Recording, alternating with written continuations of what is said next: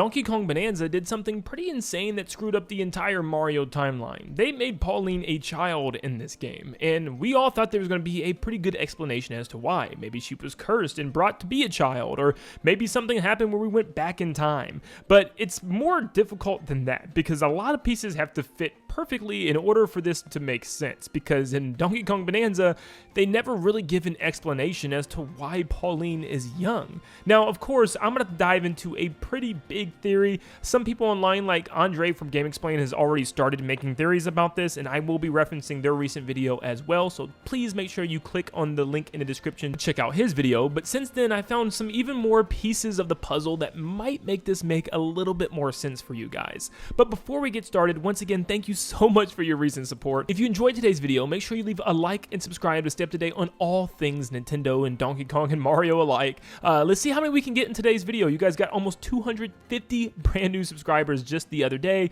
Let's just get even more today. Let's reach this goal of 400k before the end of the year. But thank you so much, and let's dive into the Pauline theory. Now, obviously, if we're talking about the theory here, we're going to be talking about post-game and the very end of the game as well. So, of course, spoilers. Just letting you guys know, because I know some people get really upset and they are not clearly told, but I'm clearly telling and showing you spoilers ahead for Donkey Kong Bananza. So the first thing that we can pull from is that at the very end of the game, Pauline makes it back to her home world, which we can see clear as day is New Donk City. This was an entire world in Super Mario Odyssey, and obviously it's here in Donkey Kong Bananza as well, with similar buildings also, but it looks slightly different. There's a lot more neon signs, a lot more decorations, and a lot more DK references, if anything. Even the people look different in this version. I mean, they're all wearing different outfits and clothes instead of all of them wearing their 9-to-5 business suits. Now, we can deduct a lot from this, because obviously this is before Odyssey. I mean, Pauline is a small child, that's a clear indicator,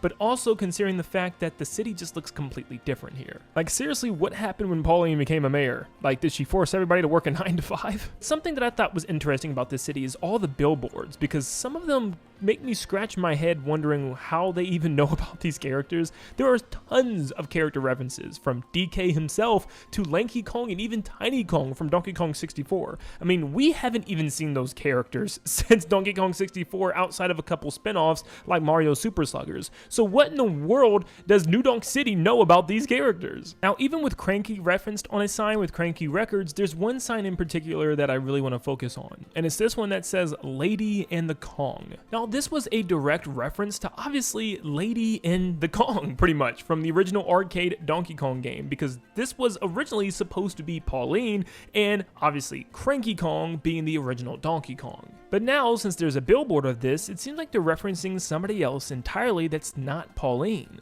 In fact, there's even an outfit that you can unlock for Pauline in the game called Lady's Dress. So this is obviously showing that this woman has already existed before Pauline. Now kind of telling a new story of this wasn't Pauline the entire time, this was somebody else. And what's interesting is that also might mean the original Jumpman wasn't Mario either, because there's a lot of references to a guy with overalls, but no one ever explicitly states Mario. Cranky brings up this reference in a lot of games and even in Bananza, but still just says the guy in overalls and never really says Mario. The theory right now is that the original Lady and Jumpman are actually not Pauline and Mario. In fact, it's maybe even their grandparents. This is very similar to how Cranky Kong was the original Donkey Kong and now the grandfather of Donkey Kong, if you're catching what I'm saying. So all three of their timelines would add up and make sense now. And GameXplain even had a theory that maybe the grandfather and grandmother of Mario and Pauline respectively actually had relations, meaning that Mario and Pauline could be cousins. Yeah, Luigi, you too. Now, there's even more evidence in the actual game of Donkey Kong Bananza with the fossils in the final area, because there's 3 of them, and the last 2 will actually tell you pretty much everything you need to know about the ancestors of Pauline and Mario. For the 8-bit items fossil, the description states a fancy hat, purse, and parasol from days gone by.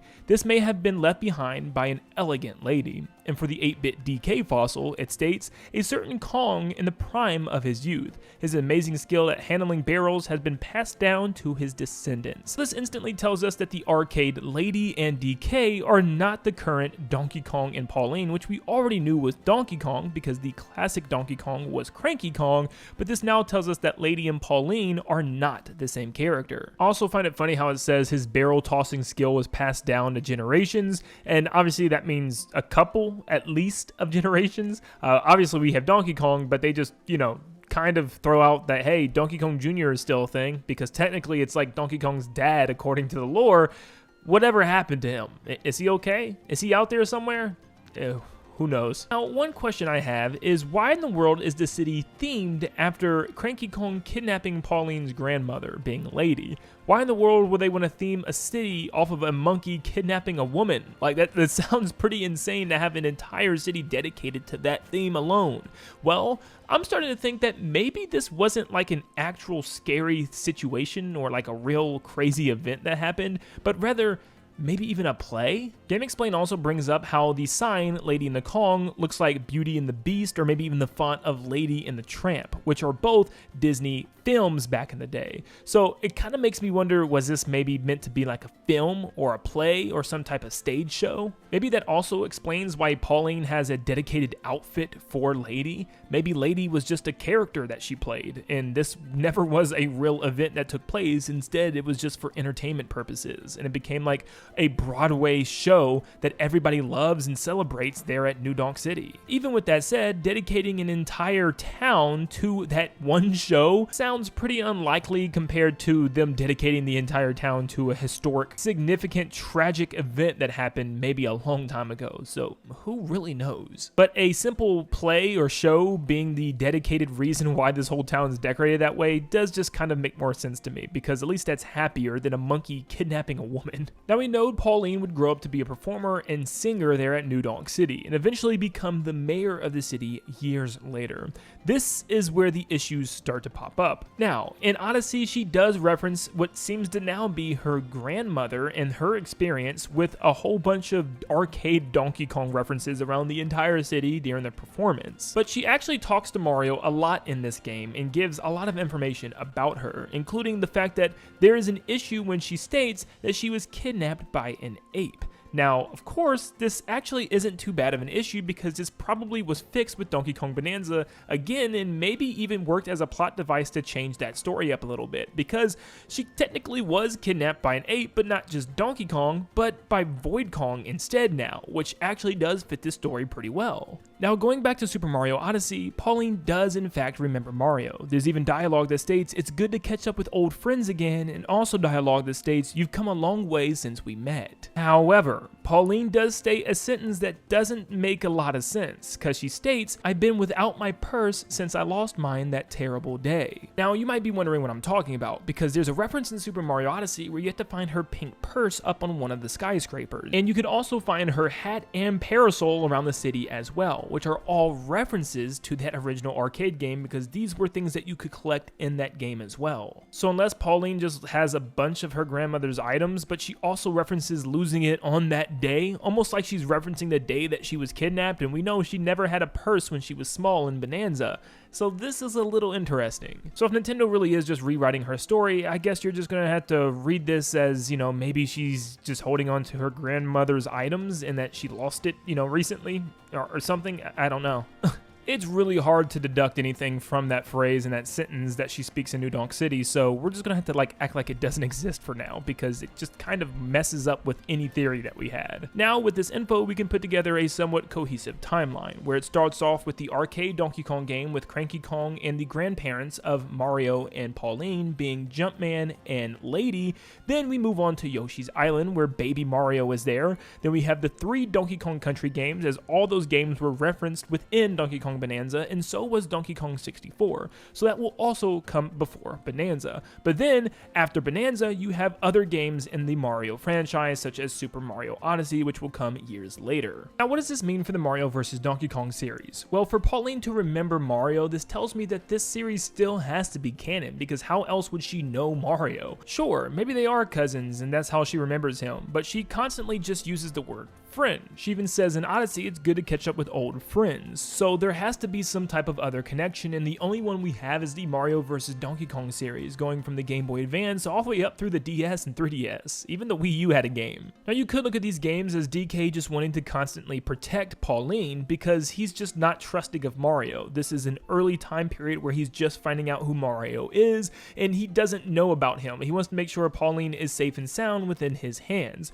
But he also gives Pauline googly eyes and even hard eyes, as if he's like in love with her, which is a little strange if he grew up pretty much raising her and protecting her like he did in Donkey Kong Bananza. However, we don't know how old Donkey Kong is, so maybe back in the country games 64 and even Bananza, he was relatively young. Maybe he's around the same age as Pauline and actually had a crush on her? Not in a strange way, maybe he just wanted to protect her and really cared about her ever since his first time meeting her back in Bananza. We can see even in the original Mario vs. Donkey Kong games, Donkey Kong was never necessarily a super villain. He wasn't trying to really hurt anybody outside of maybe Mario a couple times, but he just wanted Mario's toys, he wanted Pauline to like his own toys, and he just also wanted Pauline, period. I mean, at the end of every single game, he comes to his senses and, you know, he's having fun with Mario and Pauline, so it's really hard to tell. Are these even canon anymore? Does Nintendo just want us to forget about them?